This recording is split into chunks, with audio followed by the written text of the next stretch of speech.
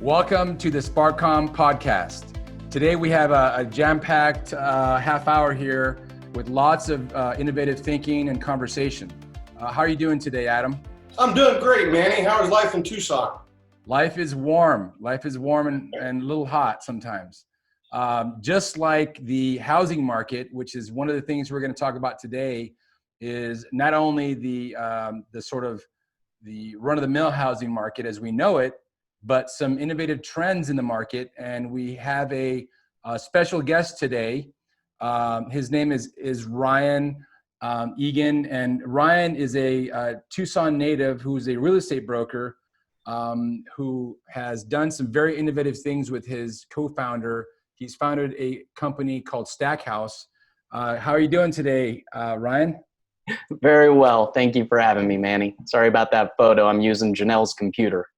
No problem at all. So Adam, meet Ryan, and today we're going to talk about some very innovative concepts surrounding the housing market. So let's just start right on the conversation. Ryan, why don't you talk about what Stackhouse is at a very top level, and then I want to get Adam's thoughts on it as it pertains to trends in these global trends we talk about. So go ahead, Ryan. Sure. Thank you very much for having me. So Stackhouse is sort of a hybrid ownership system that I came up with while I was entitling land for condo development in San Francisco. And so I was trying to figure out how a city that had shared so many of my beliefs about how we would get to affordable housing and how to do it best was getting it so wrong. And my conclusion was that I had to figure out a way that I could build housing outside of the city and bring it in order to make that affordable. And the only way to do that was to use federal HUD certified homes. And so the magic sauce of Stackhouse is that we designed a tower that is code compliant as a multifamily housing development. So we can build it anywhere you can build an apartment building. And then we integrate these manufactured homes that are federally approved and code compliant, so they don't have to be re-inspected when they get to each new city. So it allows us to put a type of housing that would generally be excluded by the zoning into a downtown market. And that's the whole magic of Stackhouse. So we own a piece of property here in Tucson, and we're going to be building approximately 49 homes on just over 10,000 square feet of land. It's a 6-story development. The homes start at $45,000, and then we charge a fee to park it or lock it into the bay, and that supplies all of your utilities as well. So cable, internet, water, electric, all of that comes to the unit included in the cost of that bay charge. So that's Stackhouse in a nutshell. I'd love to hear what you think. How big are these units? So to start off, we're using a 40-foot high box. So it's 320 square feet of private indoor space. But as someone who has lived in a lot of small homes and small apartments, it was important to me that I don't share a wall with someone else. So your unit is separate and not connected to anyone else's, and you have a wraparound porch. So you have your own private outdoor space as well. So the total private square footage to you is about 500 square feet.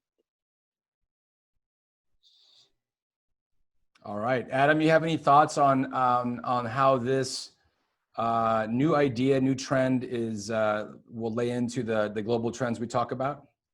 Well, I'd like to ask Ryan. So what markets are you trying to appeal to?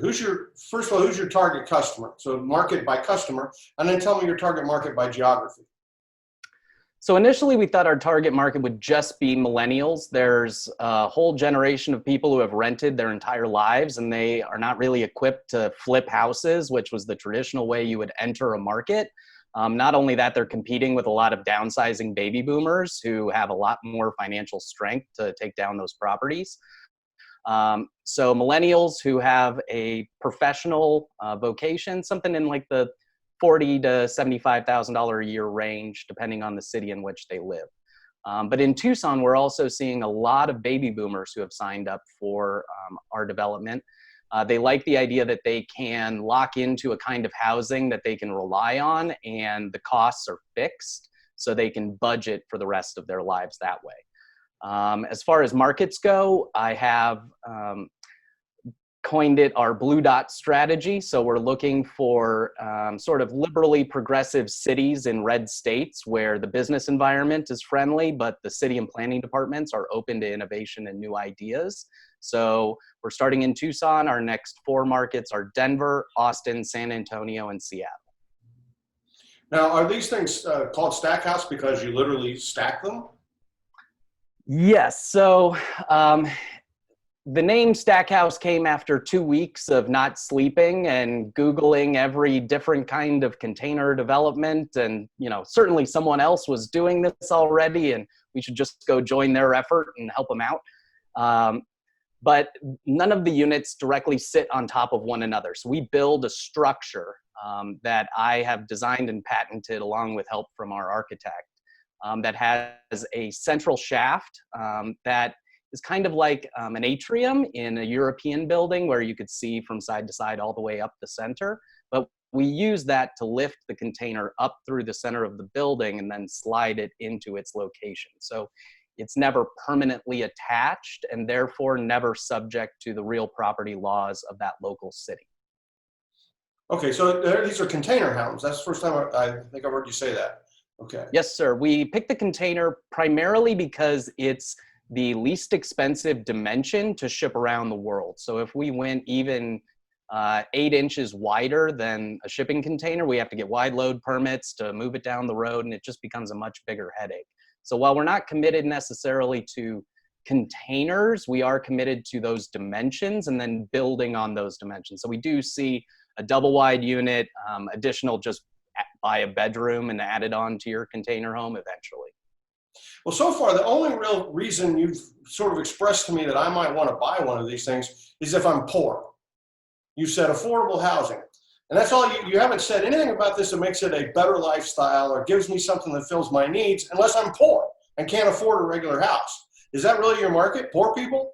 No, not at all. We're sort of opposed to the types of housing, period. So Stackhouse is, in a perfect world, we're building new land in all of these cities, and then you custom design your own house and move it from piece of land to piece of land in each city that you'd like to live in. We don't want to be an affordable housing development. We don't want to be a student housing development.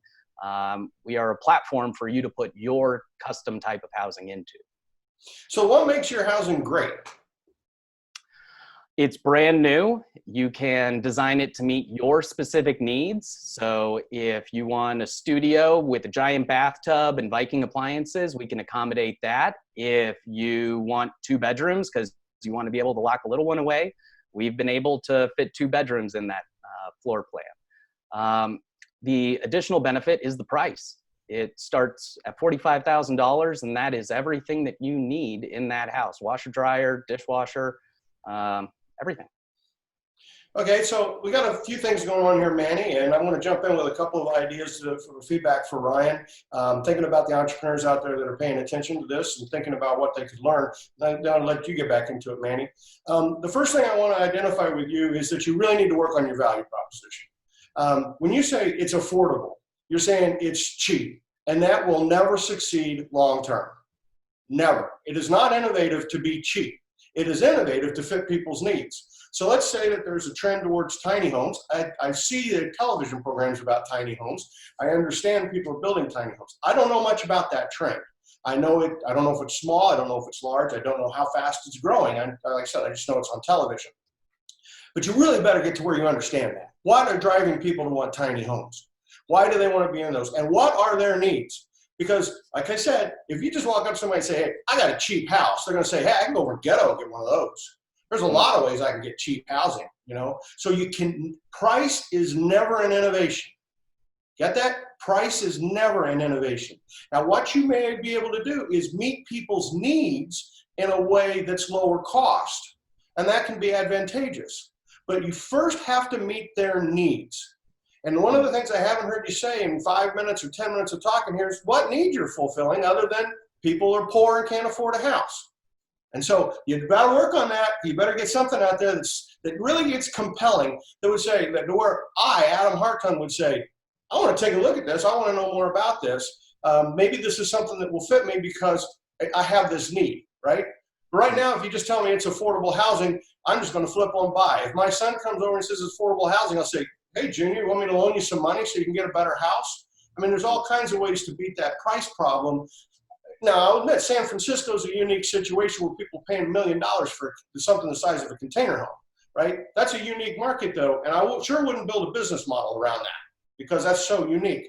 So when you're out there in Tucson or Phoenix or Las Vegas, or you go to Chicago, Minneapolis, or any other city, you got to know the need that you're fulfilling, and the need isn't just low price. Let me tell you, the second reason it's not low price is if it is low price and you get good at it, somebody with a lot of money, I'm talking millions of dollars in a private equity firm, will say, hey, look what Ryan did down in Tucson.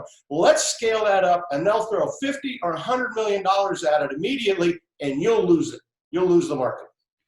All right, Ryan. Well, one of the things we talk about at Spark Partners is looking at these trends happening in the world, right? And it's important to recognize that as an entrepreneur, as a startup guy, you believe that your idea is gold.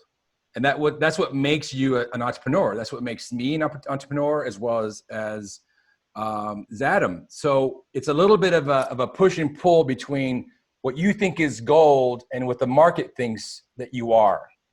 And so that's what we're trying to tease at here as a perspective that is, you're not selling, like Adam said, if you want an affordable home, you can go buy a $45,000 foreclosed home that's trashed, put $50K into it, and now you've got something that is durable real estate that has a very long history of a market. What you're creating here, what you're teasing at, what you're looking at around the market is something that is completely innovative, but you don't have the value proposition nailed yet. You feel it in your gut, but what Adam and I are here, we're testing is what is the true value of what you're producing. And so, when you look at the perspective of the customer, you don't want students, you don't want affordable housing. So you've got to have you believe that the cost is the value, right, to you. But really, what is the value? Is it portability? Is it that they can move from here to, if they're snowbirds, they can pack up their house and go back to Wisconsin?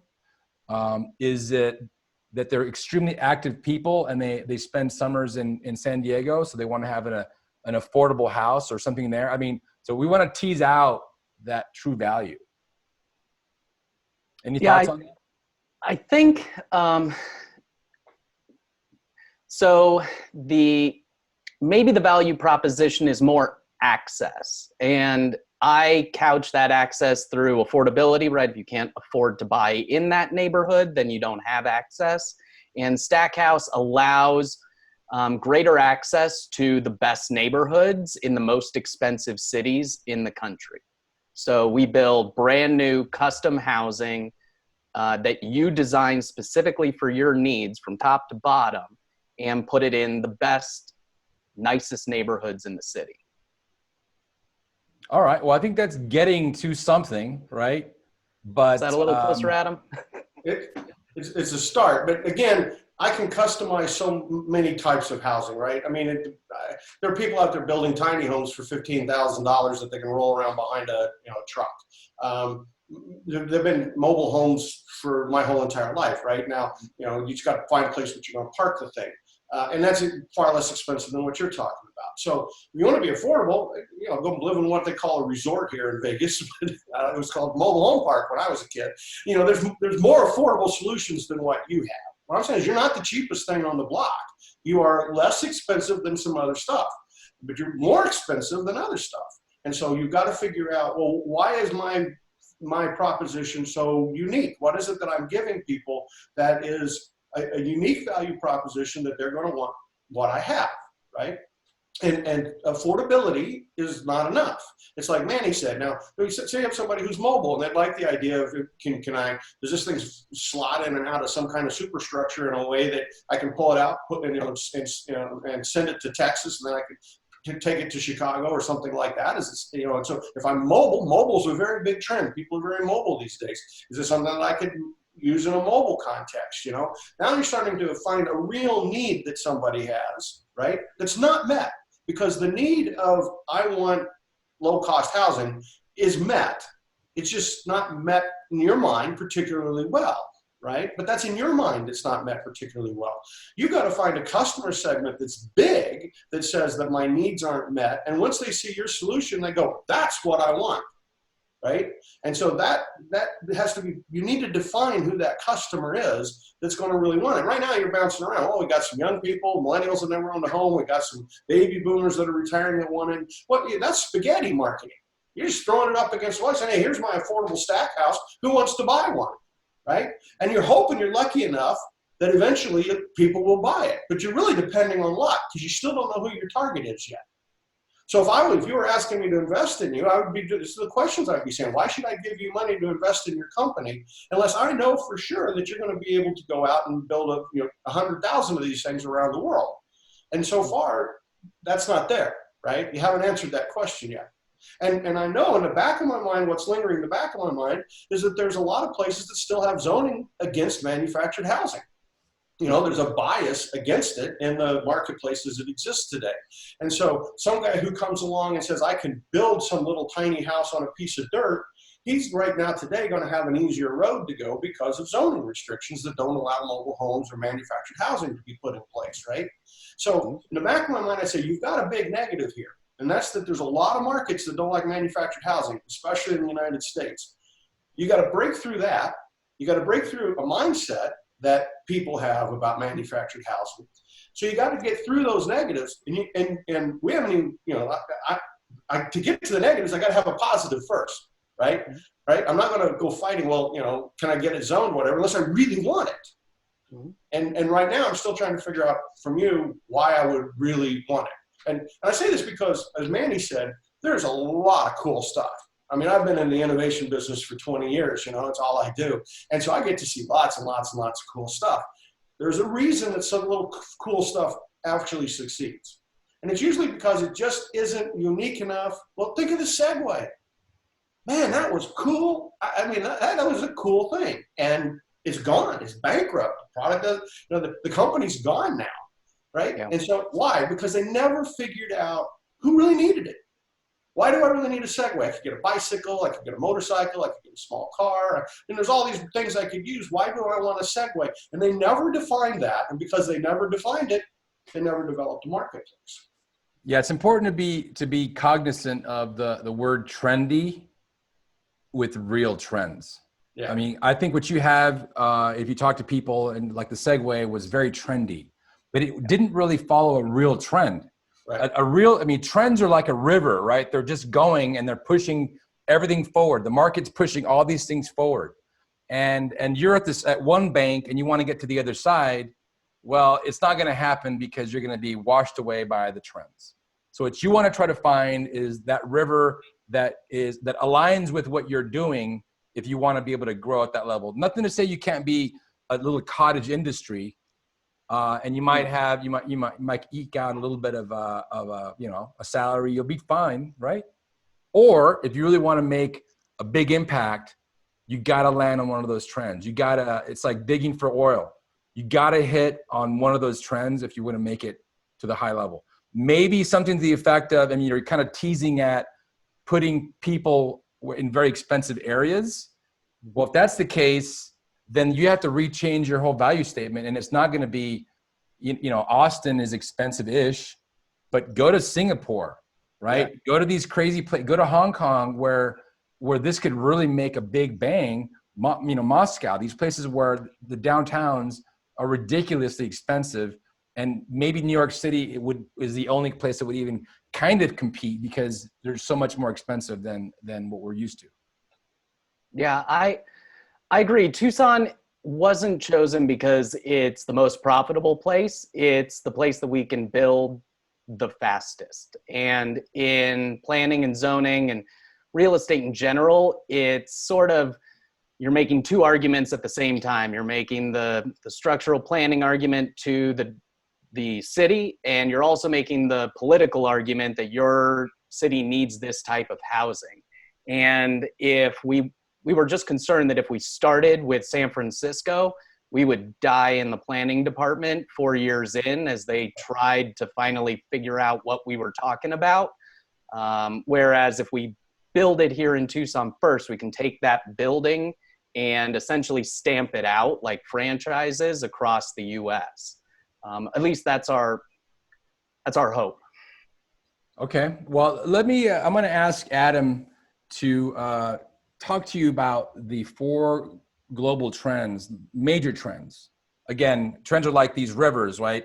You have the Amazon, you have the Mississippi, you have these giant rivers, and then you have little rivers of other micro trends and regional trends and whatnot. So Adam, can you talk about the 4 major trends that we see? Sure. And I want to make sure you understand that there are a lot more trends than these 4, right? There are demographic trends happening today.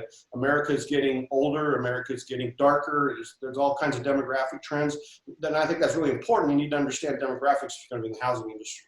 But the 4 big trends that affect everybody, and they're global. Number 1 is mobility, right? Everybody's getting more and more mobile. The tools out there. If you help people get mobile, you're on top of a big trend. Number 2 is the gig economy. People no longer are going to be going to work for the Boeings and the United Airlines of the world and expecting to spend their careers there, right? The pandemic is only making that more obvious today as these giant corporations are laying even more people off. People are getting more self-reliant, right? They're saying, okay, I can't depend on the company to take care of me. I maybe can't even depend on a job or a career. I have to be gig. I have to think about how do I be self-reliant. That's the second one.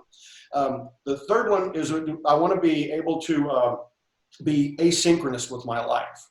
Right now, we're all here together, and that takes 3 times as much energy as if we had found a way that I could do my part and each of you could do your part, and we just had Amanda put the whole thing together at another time, right? It takes energy, it takes resources to be synchronous with a phone call, a Zoom call, or whatever. So what we do is we like asynchronous. That's why we like texting. It's asynchronous, for example. Email is asynchronous. If you can help people live their life and be far more productive because it gives them more time in their life, then that's helping with being asynchronous. And the last thing is everybody's expecting artificial intelligence. We don't use that word, but we just expect things to be smart. We want to be in a situation where our car knows the way to work. So that, we get in the car, it drives there for us, right? That's why autonomous vehicles are going to be a big hit, because it's going to learn where I want to go, and then it's going to go there.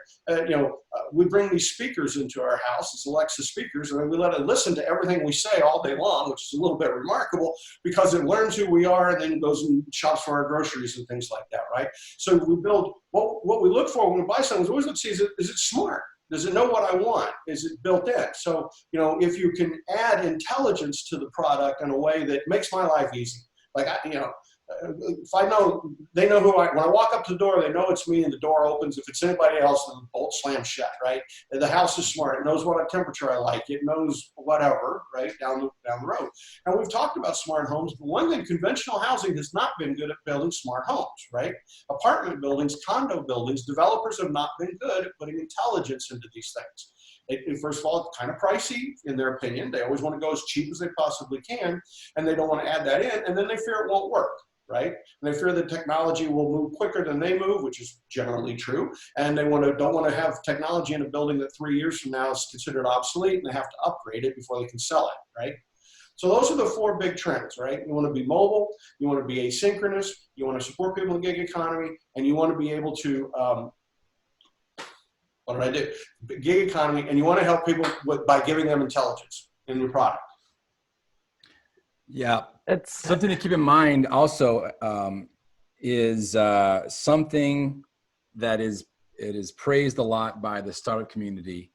That it's kind of like the nails on the chalkboard for me whenever I hear people say it, and I know where it's coming from. Just like many things in life, it's coming from love, but it doesn't always speak to the right place. And that is the term customer validation. Customer validation is one of those words that's thrown around the startup community that makes a lot of sense. Hell, go talk to 100 people. And if they want to buy, you've got something interesting, right? And I think it's cool, but if it doesn't align with the trend, that we're talking about here, then it's not going to go anywhere. These are going to be blips in the radar. You're not going to get a full swath. There's going to be some bias. So, I had a conversation the other day with a student who just got out of a business school. And I asked her what she was doing. And she mentioned, well, we're doing validation. Well, have you built anything yet? No, we're just talking to customers. All right. So at what point are you going to actually build something, even if it's a mock-up, right?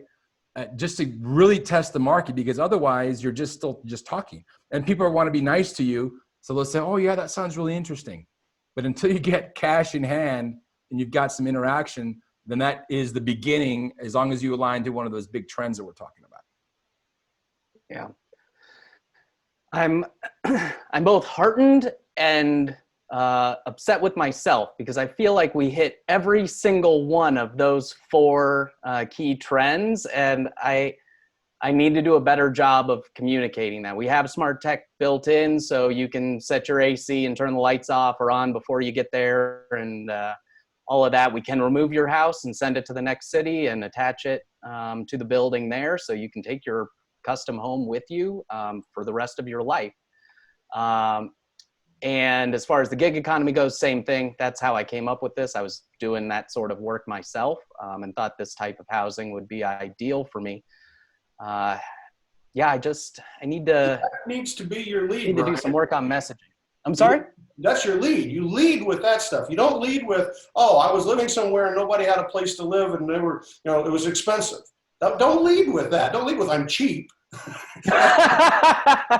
Right? Lead with, hey, I've got housing that is mobile and it's smart and it meets your needs. And then you tell me the needs it meets, and you go, oh, and by the way, would you like to see a picture of what it looks like now?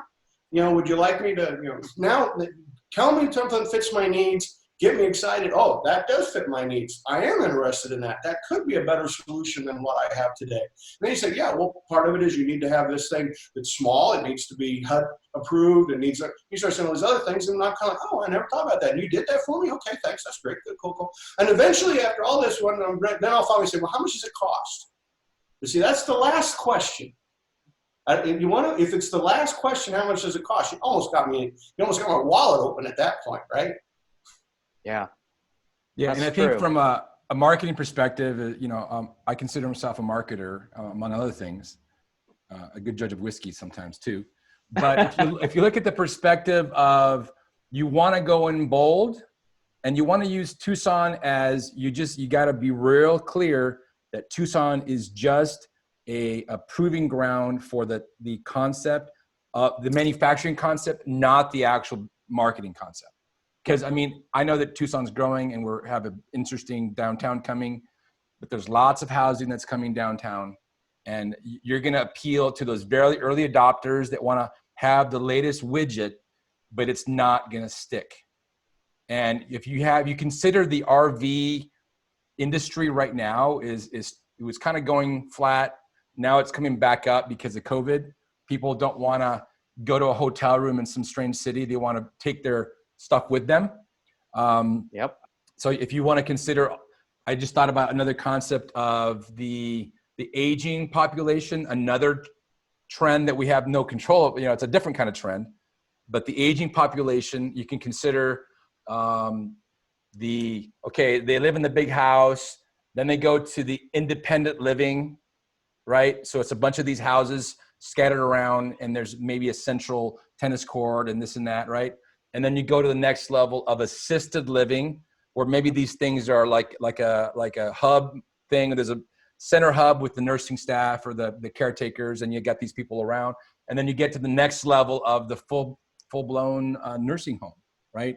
And so they can stay in their home from A to Z, right? So that could be another. I'm just spitballing, right? So you want to make sure that you come out bold with, this is what we are doing. We're using Tucson as a manufacturing test bed.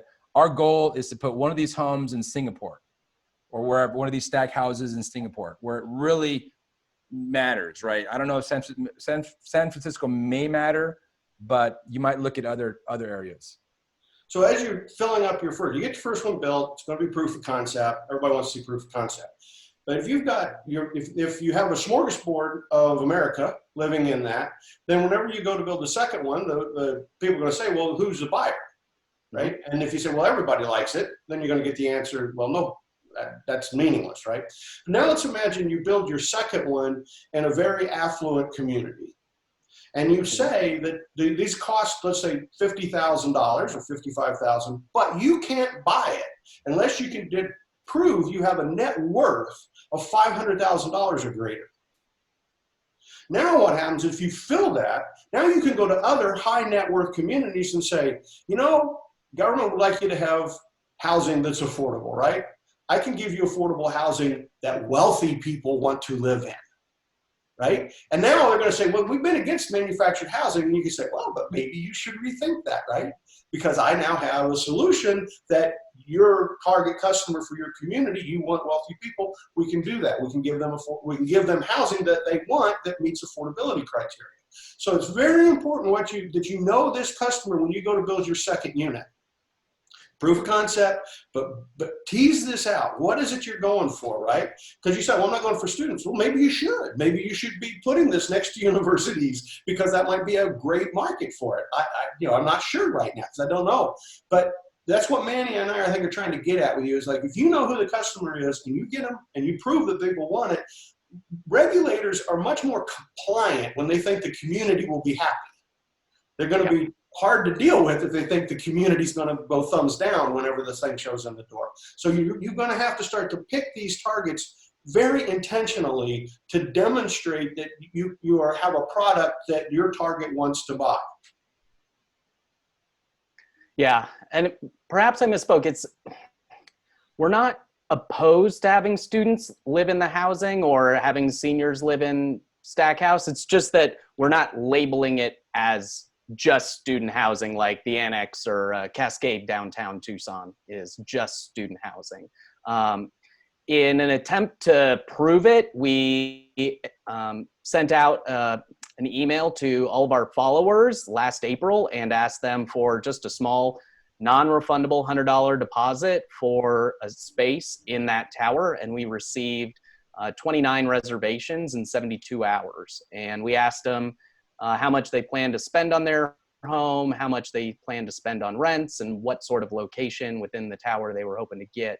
And it was pretty much even from, in the Tucson development, we're charging $650 to $1,200, depending on the view and the size of your space.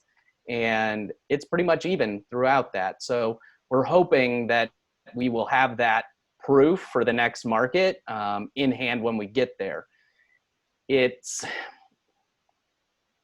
The reason that we focus on affordability is because when you get to those very expensive real estate markets, there are a lot of penalties that they charge for market rate housing or luxury housing. And if they think we're building that, we're going to have to pay all those fees. And now our product isn't quite as inexpensive to build as it once was.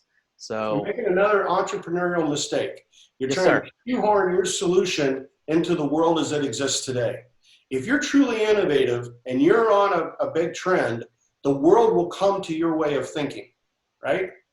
So whenever Apple launched off the iPod, right, it was not what everybody wanted. It was not what everybody had. And they didn't fit the format. It wasn't a radio. You couldn't put a CD in it. You couldn't, It was a unique thing, right? So you've got a proof of concept that you're doing today, right? But just remember, that's all it is. Okay, 29 people or whatever gave you $100 and you're going to sell this thing out and you're going to, on 35 or however many units you're ever going to sell. Okay, that's proof of concept. That's good. But you're a long way from saying, I've got innovative housing that could be really attractive, that could become a very important part of the marketplace. That's where these next markets are going to be very critical in terms of what you want to, how you pick them. Because it is undeniable, you will get to the point you will have to say, we are going to build this Stackhouse because it is going to be targeted at student housing. We're building this Stackhouse because it's targeted at senior living, age 55 or older. We're building this Stackhouse, and you're going to have to say who your targets are. Because the longer you avoid that, the more you genericize your product and the less likely you'll exceed as an innovator. Yep. And one last comment I'll say here before we wrap up is be very wary when you send out those your followers, and because those people like you and they want to see you succeed. Yeah. And they're gonna do what, and it may not be in front of them. It's maybe deep in their subconscious. They're gonna act in ways that support you. What you really want to consider is, where is the market going, not where it is. Yes. And with that, Ryan, would you please tell our listeners how they can learn more about your company? Absolutely. So our website is stackhouse.life. And then we are currently raising money for our prototype build here in Tucson on WeFunder. That's wefunder.com/stackhouse.tucson.